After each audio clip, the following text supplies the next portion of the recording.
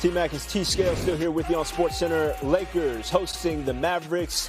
Dallas down bad on an 8-game L streak. No Luka, but no problem for L.A. Jackson Hayes poking the ball loose. LeBron James on the break. Back to Hayes for the oop. Lakers go up too early in the first quarter. A minute later, it's a 7-point game. James in transition. Stop, pop, cash. Walked it in like he was putting on the green. Lakers up 10 there. Later in the first, through all kinds of contact. The old man, respectfully, gets it done. 14, 6 assists in the first quarter. Lakers up 5. Early third, off the spin move, Bron with more magic. Later in the last minute of the third, I should say, James, the no-looker to Jared Vanderbilt for the dunk. 4th straight tilt with 10-plus assists for LeBron, longest streak by a player 40 or older in NBA history. Under 3 minutes left in the game, Tyus Jones is off. James grabs that board. That would actually give him a triple-double, 28, 10, and 12. Lakers go on to win by 20. Now, this was triple-double number 50 for LeBron with the Lakers. He had 64 during his time with the Cavs. That makes him the only player in NBA history to hit 50 of those triple-doubles with multiple franchises. And over to the Eastern Conference, the Pistons enter the All-Star break with a... What's up, everyone? Welcome back. Today on SportsCenter, we are talking about a man who continues to defy time, logic, and every known rule of athletic aging. LeBron James, at 41 years old, just put up a 28-point, 10-rebound, 12-assist triple-double against the Dallas Mavericks, and in doing so, became the only player in NBA history to record 50 triple-doubles with 2 different franchises. This is the kind of milestone that makes you step back and appreciate greatness. Let's start with the highlights, because they're worth celebrating. Early in the first quarter, LeBron pokes the ball loose, pushes the break, and throws it up for Jackson Hayes. Back to Hayes for the OOP. Lakers go up 2. A minute later, he's in transition, stops on a dime, and pulls up for 3. Stop. Pop cash. Walked it in like he was putting on the green. Later in the first, he absorbs contact and finishes through traffic. The old man, respectfully, gets it done. By the end of the first quarter, he had 14 points and 6 assists. That's a full game for most players. The third quarter brought more magic. The spin move in the lane, finishing off the glass. The no-look pass to Jared Vanderbilt for the dunk.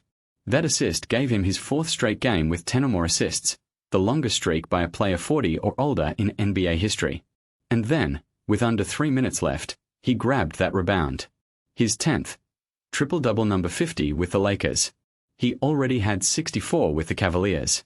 That makes him the only player in NBA history to hit 50 triple-doubles with multiple franchises. Think about that. 2 different teams, 2 different eras of his career, and he's been that dominant for both. The panel also takes a tour around the league. The Pistons enter the All-Star break with the best record in the East for the first time since 2006 to 2007. They're 17-6 against teams with a winning record, including 5-1 against the Celtics and Knicks. That's not a fluke. That's a team that believes. The Celtics, without Jason Tatum, are somehow still second in the East, the same spot they were at last year's break. Jaylen Brown has been the engine, 4th in the NBA in scoring at over 29 points per game.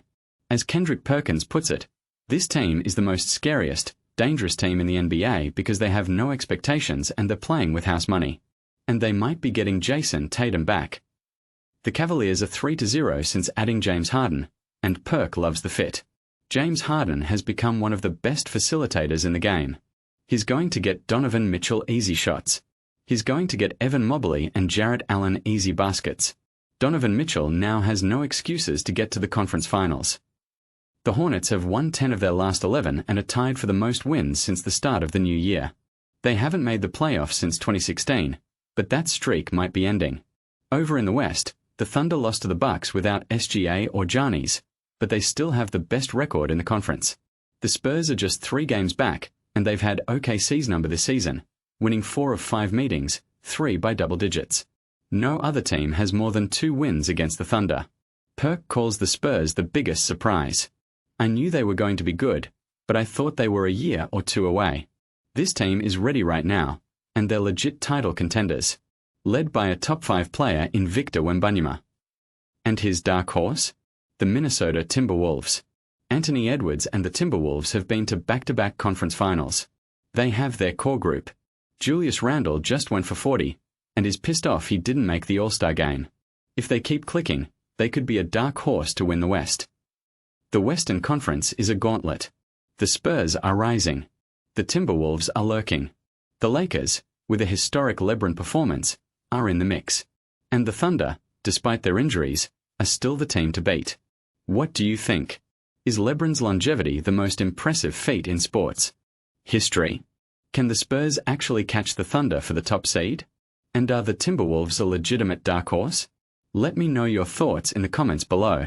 If you love talking about the state of the league as we head into the All-Star break, hit that like button, subscribe, and I'll see you in the next one.